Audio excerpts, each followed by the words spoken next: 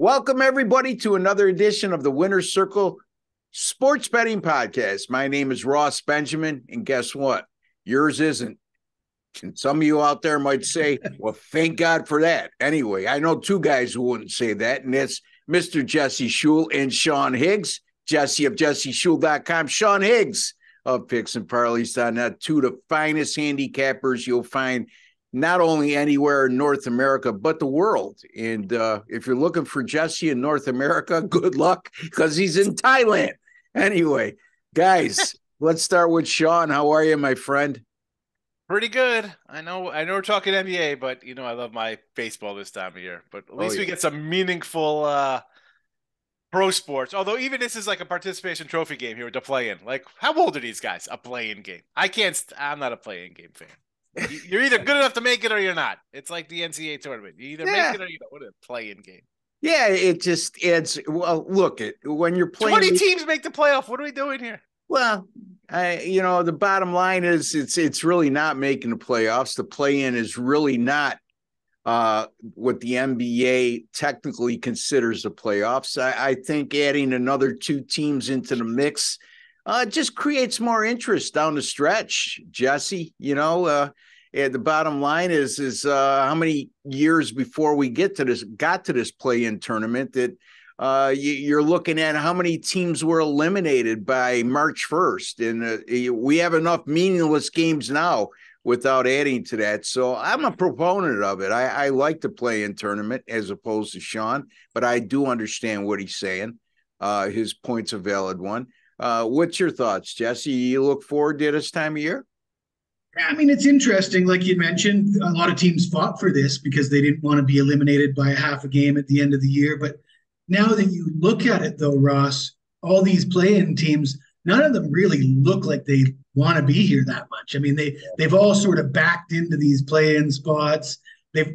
Every single play-in team, in my mind, has lost a lot of must-win games on the way into this play-in. So you wonder how much they actually want to be here at this point in time. Yeah, and a team like Brooklyn, Sean, that they did most of their hay when they had guys like Kyrie Irving and Kevin Durant as part of the roster. That no longer exists, but somehow they finished sixth. So there's a lot of teams that Jesse just alluded to that falls into that category. Yeah, at least, the Nets team was something after they traded Kyrie in the second half of their getting rid of the big guys, where it's a team I want to play because that's a team of like misfit toys, right? It's like no one, we're not supposed to be good. Well, we got something to prove. We're professionals. We're looking to get paid. We want to, whether here or somewhere else. Not do I think they're going to be the Sixers? They might take a game. I'd like them to hang tough. I would get 8 on Saturday or Sunday. I'll take the points with the Nets there. I think that's a scrappy little bunch. But yeah, back it in. Yeah, it's the NBA. I mean, let's just talk about the Mavericks real fast. Like we're gonna take a draft. You're gonna take a draft pick from the Mavericks, but Damian Lillard, them packing him in 2 months ago is perfectly okay. Yeah. Teams have been tanking since the start of the season. I don't know what the answer is. They have teams with 15 wins. They're not getting penalized. You're telling me you can't find 8 guys on this planet that could win more than 15 games? I find that impossible to believe. There we go, Jesse. We got them all riled up. We're talking NBA. You know what, though, man? I'm not a Maverick fan. How are you going to take a pick from You're them? not an NBA fan for crying out loud, let alone so you get a fair balance of it. Like, how do you just punish one team when you see this everyday guy sitting at? Oh, well, they didn't tell anybody. They played him for a quarter. Oh, really now? Oh, well, where's the bad beat refund? Where's the bad beat refund from the NBA? Come on.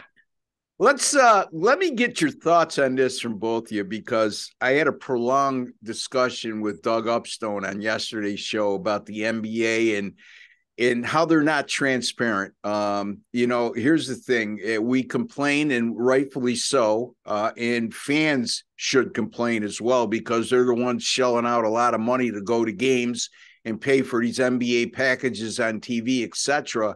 And the transparency in which lack of transparency, I should say, in which teams have operated this year in terms of player availability and scratching players an hour before game time. Look, that always has happened, but it's become more and more prevalent in this modern day pamper the stars kind of game in the NBA. And it's a double-edged sword. I mean, you would think the NBA, who now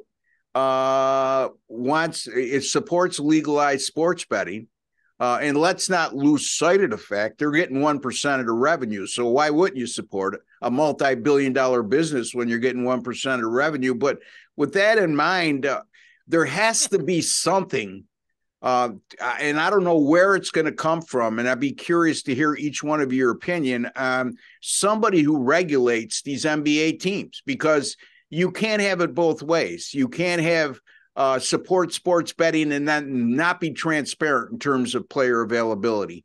There has to be some kind of guideline that's put in place, a memorandum that the commissioner may send out to the teams in that regard. I don't know what the answer is. I'm just throwing darts up against the wall when I'm spewing out these ideas.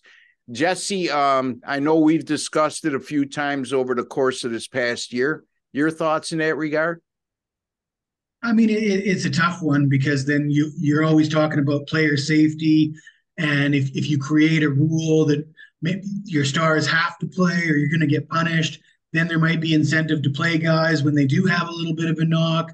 And it's hard to prove that a guy doesn't have some knee inflammation or something like that. You scratch a guy an hour before the game. Did he really tweak something in the warm up? And of course, that's what the teams are going to say. So you could create rules, but they're going to be really hard to enforce. It's a shame, because it's made the NBA almost unbettable during the regular season, which doesn't bother me that much, because I really don't like betting the NBA until the playoffs start anyways. Yeah, I was looking more for an opinion if you had a solution, because I certainly don't, and it doesn't sound. I don't see any solutions. Like I said, I think any solution is going to create another problem. Going to come with another problem. I'm going to say, like, I know they talked about for their Thursday, their TNT or ESPN games, like, your guys have to play that game. Like, well, it's a back-to-back guys to that. Well, whatever network is paying $1 billion for this thing, you better not roll out your G League squad. You know, like, and if you're going to say a guy tweaked this thing, well, all right, well, here's a 3-day IR list. So he's got to go on injured reserve for a minimum of a week then. You know, like, if you go, oh, he's hurt, we don't want him playing then, and just take off for the entire week. Put him on the injured list, and that's it. You know, you have minor league teams now, fine. It'll be like baseball. We have I know baseball has a day-to-day, but that's a little different because they play every single day. It's not like these clowns who play 2 days a week and can't suit up. So I'm saying go to like a minimum. The guy's hurt. Oh, he can't play this day? Well, he's out for a week. Good. Yeah. You know. Yeah, I know. He's a week on the IL. That's it. And there could be only one game. The schedule's weird. Some team's going to play 3 games. Some team's going to play 1. Whatever. He's out for a week. It's just that simple. And it doesn't apply to the playoffs, because that. No, they'll show up. They'll play here. There's nobody sitting out. No, and it's what I was going to say. I mean, I like that idea, Sean, but you can't make that applicable to the playoffs, because, as we all know, that players, barring tough through in the playoffs. Yes. But let's be honest, in a regular season, that ain't the case. Well, my point too in the playoffs is, they're going to tough through it, but if somebody sits out, you got to believe they're legitimately hurt, unless they're up 3-0 in a series kind of thing. You know, but you mentioned the billions of dollars the networks put out. What about the billions of dollars that fans put out? Yes. What about a Celtics? Well, listen, no, they don't care about the fans. Let's be honest. So I didn't even bring us, the common folk, into any sport. They don't care. They don't care one bit. I mean, you go to a baseball game now. Oh, pitch count. You get up to take a leak, you get a drink and a bite. You miss 2 innings of baseball. Sometimes you got 2 good pitchers on it. So you miss a third of the game because you want something to eat and have to use the restroom. This is ridiculous. They don't care about fans, no matter what the sport. They don't care. Yeah. They can say what they want. The NFL, we care about player safety. Oh, yeah, we're going to add extra games on Thursday night and add another game to the schedule. What do you... You don't see that in the NHL. You know, you could say you're playing an 82-game season, okay, in the NBA. The NHL, 82 games as well. I mean, and they're hitting each other. They don't sit guys out for load management, man. They're sitting guys. You get clubbed with a stick, people hit you. Yeah. These guys catch an elbow and start whining. You know, Phantom fouls falling back, flopping. El Floppo in L.A. Are you done? Yeah, I guess. All right. Okay. All right. I just want to make sure. I don't want to cut you short on words because that pitch clock. I've been keeping And an eye on. I'll say with Jesse, 18-21 with my NBA this year. I said 18 wins, 21 losses, $44. That's it. Because like Jesse says, why are you running to bet? You don't even know who's playing 15 minutes before game time. 39 picks all year in the NBA, and he gives out about 20 each day in baseball. So 107 so far in Major League Baseball. Wow. 60-47, 56%. Nice. Nice. How many units up though? Because you use a lot of dogs. 13. There you go. We're right around because I got some run lines in there, and the totals. You see now that you find these totals are all at -120 all over the place. So the old days were nice and easy. Everything was -110, cut and dry. Add them up. No. You got 117s as standard, basically. It's the humanity, Ross. Yeah, I'm telling you, man, there's a lot of revisions that need to be made, and Sean's going to write a book about them someday, and we'll simplify everything. The old -110s. Anyway, we are talking the NBA play-in tournament. We are talking 2 games that go on Wednesday, April the 12th, between the Chicago Bulls and the Toronto Raptors, and that game will be covered by Jesse, and then Sean's going to be looking at Oklahoma City and New Orleans, and as opposed to other shows, there's just not enough to go around, so I'm your host, and I'm going to just give some feedback on both of these gentlemen's picks, and if I have anything substantive to add, I will. So let's start with you, Jesse. Chicago at Toronto right now. Well, this game opened Toronto -4.5, 217. It's now Toronto -5, and that total has come down 2.5 points, Jesse, to 214.5. What's your thoughts? Well, Ross, I'm going to do my best to be objective and give you my non-biased opinion, but you might have saw a picture of me on Twitter with a Raptors jersey on. I am a bit of a Raptors guy, and there's a lot of interesting storylines in this game and in this matchup. And to really understand that, we have to go through the history. So let me take you back to 2017. The Raptors finished 2 points out of first place in the Eastern Conference, but they lost in the playoffs to LeBron James and the Cavaliers. And in the offseason, they fired Dwayne Casey and traded their leading scorer, DeMar DeRozan. Now, since then, they've suffered what's called the Casey curse. And I don't know if you guys are aware of the Casey curse. The Detroit Pistons don't beat anybody except for the Raptors. Detroit is like 10-2 against the spread in their last 12 versus the Raptors since the Raptors fired Dwayne Casey. Anyways, that doesn't apply to this game, but the DeMar DeRozan does. Of course, after they got rid of DeMar DeRozan, they replaced Casey with Nick Nurse. They finished first in the East in 2018. They went to the NBA Finals facing the Golden State Warriors. And ahead of the NBA Finals, the Washington Post published an article saying every expert handicapper on the planet is picking the Warriors to win this series in 4. And I know one guy who wasn't picking that, this guy. Yeah. In that series, I had Toronto plus 450 to win the series without trailing.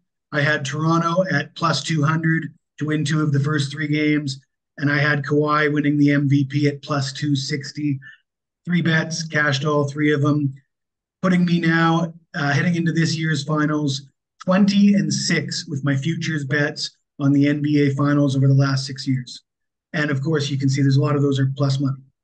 And you have a pick on the NBA Finals to the winner this year? I usually put these out right before the finals. Okay. So I put out futures when the finals matchup is set. Then I put out futures for the finals. So we're going to call the Washington Post and make sure they have your phone number, because before they quote, they can put my picture in there. Yeah, exactly. Anyway, what's your pick, Jesse? Well, so we got DeMar DeRozan, revenge game for him, right? His old former team, his former home. Unfortunately for DeMar DeRozan, and the reason why they traded him, he's not known as a big game player, a playoff performer. In fact, as of right now, I believe DeMar DeRozan actually owns the worst playoff plus minus in the NBA. Take that for what you will. And, this is a tough place to play in Toronto in the playoffs or in a postseason game for Chicago.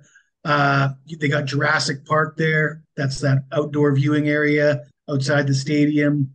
The Raptors have won 11 of their last 12 home games coming into this matchup. They've still got some leftovers from that championship team that I described earlier. They got Pascal Siakam and Fred VanVleet, obviously proven playoff performers. They were instrumental in that finals win. Nick Nurse, the head coach, has a career record of 25-16 in the playoffs. Billy Donovan, on the other hand, 19-27 career record in the playoffs. So you got Chicago's leading scorer, best player, poor performer in the playoffs, their coach, poor record in the playoffs, and they're on the road here in a play-in game. I got to take Toronto minus the 5.5. There you go, Jesse Shule. Actually, it's at 5, so we'll give you a 5 on that. Toronto minus 5. Oh, I'll take 5 all day. There you go. I figured you would. And, Jesse likes the Toronto Raptors minus 5. He had some good personal stories to tell about the Raptors. And, he likes the Raptors because their home arena has a Jurassic Park right on the outside of it, and inside it's a zoo as well. So he's going with the Toronto Raptors minus the 5 over the Chicago Bulls. Sean, any thoughts on this one? I mean, what intrigues me, Sean, about this matchup is the total. I mean, I'm looking at this. It went from 214.5 by NBA standard. Toronto hasn't had a total this low since late December. When they had a 213.5. So I don't have the exact date here. I thought, lowest total since December 23rd when they played Cleveland. It was 213.5. So any thoughts in terms of the total itself? Well, I mean, obviously, I think for Chicago to be in this, they're going to play some defense and keep it like a low scoring 110-90 kind of game here. But I don't like that total at all. And I actually I'm with Jess here on the Raptors, man. At home, that's a team you want to play them at home. It's just a good home court. And as he mentioned, VanVleet's still here. That's a guy they thought would maybe be traded at the deadline, right? They're like, let's just blow this team up. Where are they going? They're kind of middling along. And at first, I was like, you know what? I would maybe lean to the Bulls here 4.5. The line's going up. I'm like, I guess the home court and obviously an edge coaching wise. I mean, Billy Donovan hasn't been good since he's at Florida. I mean, he had that. I guess he had a little run there in OKC, but I'm going to say under just because it's so low. They're daring you to go over to 2. I mean, you're telling me somebody's not scoring 115 points? I mean, people sneeze in the NBA, even with guys sitting out there scoring 120 points a game. Yeah, this total has not moved because of anything injury related. Right. I keep looking like, all right, maybe is Zach LaVine playing? Like, is DeMar Rosen? Who's sitting out? Siakam's questionable. Like 2-4. It's come down 2 points. Who's betting that under? Who's betting that under? I had a look at the total, and I would have liked the under at 218 or 217.5. I had a look at last year's play-in games, and I think 6 of the 7 play-in games went under the total. There was a lot of low scores. And I mean, obviously that's sort of a small sample size, but we've only seen play-in games for a few years now. So, it seems like these are it's almost like a game 7, right? It's a do or die. Yes. It's an elimination game. And if it was a game 7 and it was 214, would we really be shaking our fist at it? No, probably not.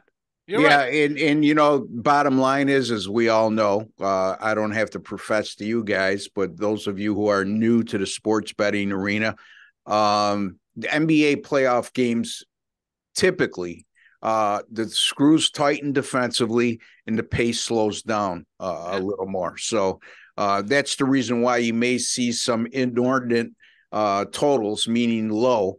But I will say this. I mean, it opened 217. It's down to 214.5. And Sean, they always say when you see a move like this on a total and it's not injury related, it's not the public that's lining up to bet the under early. So he's absolutely right. If this is a game 6 or 7 in a series where somebody's going home, you don't even bat your eye like, it's a defensive game. Yeah. But you also, you throw into that the way the NBA is played now with load management and sitting out and not playing. It's playoff time. You're going to see defense. Like, this is it now. We gotta play because it's do or die time. So I agree because my games, the unders moved as well from a 230 down a couple points as well. Yeah, so one final note, and then we'll get to Sean on the Oklahoma City and New Orleans game. But these teams have met 3 times during the regular season, meaning Toronto and Chicago. All 3 went under the total. The average total in those 3 games was 220. We're right around where you guys thought it may be. You said 218. The average total during the regular season, 220. And there was only 209 combined points scored per game. So these teams have played to the under in their 3 games in the series this season. And Toronto's allowed 108 points or fewer in 7 of the last 9. Chicago's allowed 107 or less in 4 of the last 6. So, that total is low. It's really hard to go under 214.5 in the NBA, but I think it's a justified number. Anyway, let's get to Sean in Oklahoma City and New Orleans right now. Let's go here. New Orleans opened as a 5.5 point favorite, and the total is 231.5 as an opener. But as Sean alluded to, that total has gone from 231.5 to 228. New Orleans remains a 5.5 point favorite. Sean, what do you got for us? Yeah, so we'll just jump on that totals part of it because, New Orleans actually does play defense, though. They got the 6th best defense or number 2 in steals. That's not really that shocking there. So that total, you could say, all right, that makes kind of sense. They're a defensive team, and here we are. We're in a spot where it's win or go home. And Jesse mentioned about like backing into the playoffs. This team's actually won a little bit coming down the stretch here, 9-12, 7-10. So they're actually winning a little bit. Without Zion, they say he's supposed to be back, but I doubt we'll see him tomorrow. And even if he did come back, what would he get? Limited minutes. But you still got Ingram over there. You got CJ McCollum.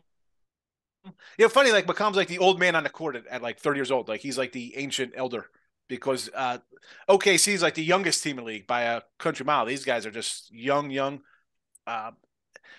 So I'm going to lean to the under here based on the defense and what we've just talked about overall with the way the playoffs are in the NBA the last few years going under. Sidewise, I want to take New Orleans. I just can't. Like, OKC is a team that is just you got a guy who averages 30 points a game in Gilchrist Alexander there. So he's somebody who could keep it close on his own.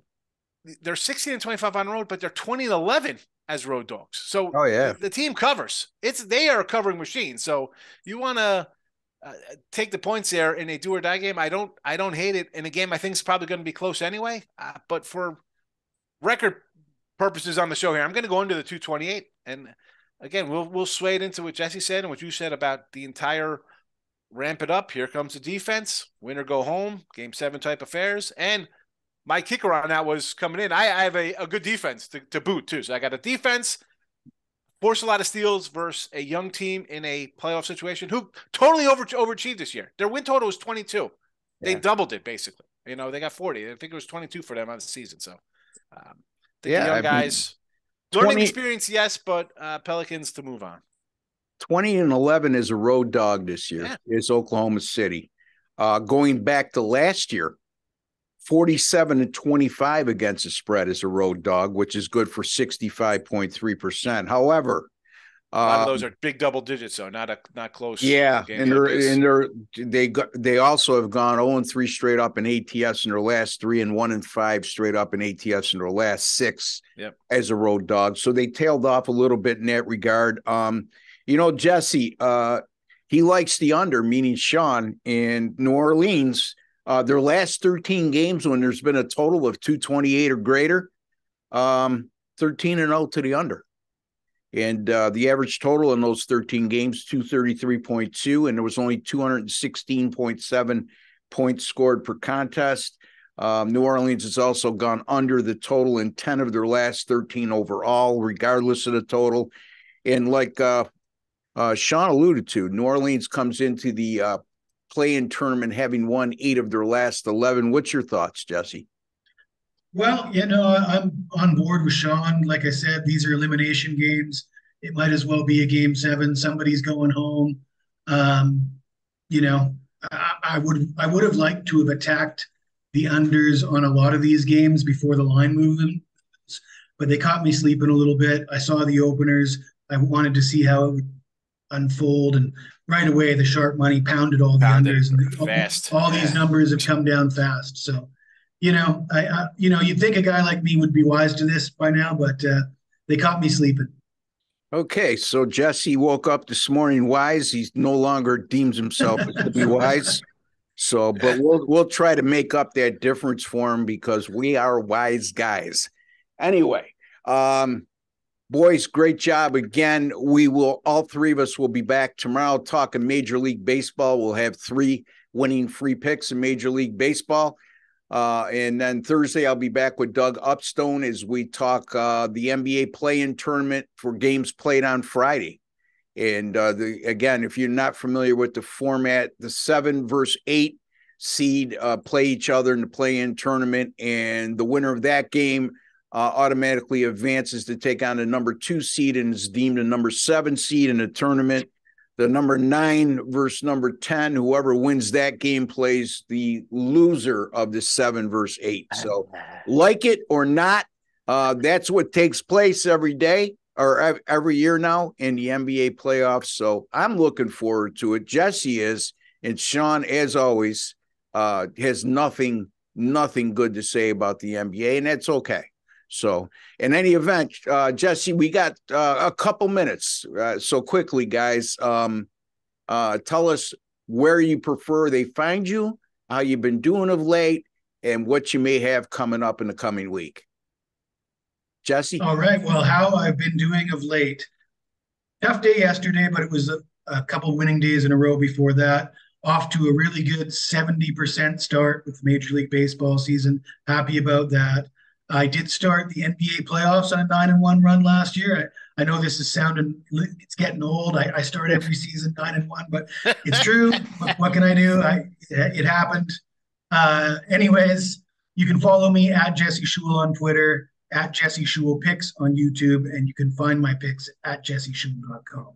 Yes, a customer or I'm sorry, a subscriber reached out to me yesterday and asked, could I buy a 10-game package from Jesse just at the beginning of the year? And I'll do that in every sport, and I'll retire by 2028. Sounds good to me. Sean, what do you got? Not bad going 90% across the board for a week. So if Jesse's 9-1, that'll be equivalent to me being like 37-29 or something along those lines for a couple of days of plays. So yeah, NBA. Yes, I'm not a lover of the NBA, but I do. When it's time to make money, I will go to it like we will not in the playoffs. But baseball will be front and center for me now. And as I mentioned earlier, 60-47 with the baseball on the basis, 56%. Mr. Sean Higgs on Twitter. You can find me with these guys. We're all on Sportsbetting, and we have our other pages, Picks and Parlays, Winning Free Picks, my Midday Money Show. It's on the podcast channels. You could Google it. It'll pull up a big llama with a headset on like this. It's a llama head instead of my giant potato head. It says Midday Money. Go check it out. A lot of free picks, and I do a lot of RBI props too. RBI props are my thing. Not a home run prop guy. RBI. Yeah, I love Sean's podcast, Midday Money. He puts out a great product there and a lot of audience participation. And Jesse also does his own videos now at his Twitter page, Jesse, at Jesse Schul. Is that it? That's right. Yeah. At Jesse Schul. That's SCHULE, folks. Cool Jesse Schul. In any event, you can find me at rossbenjaminsports.com or rbwins.com, whatever suits you. So in any event, until the next time, for Jesse Schul, Sean Higgs, and Ross Benjamin, we like to wish each and every one of you all the very best. Take care and God bless, folks.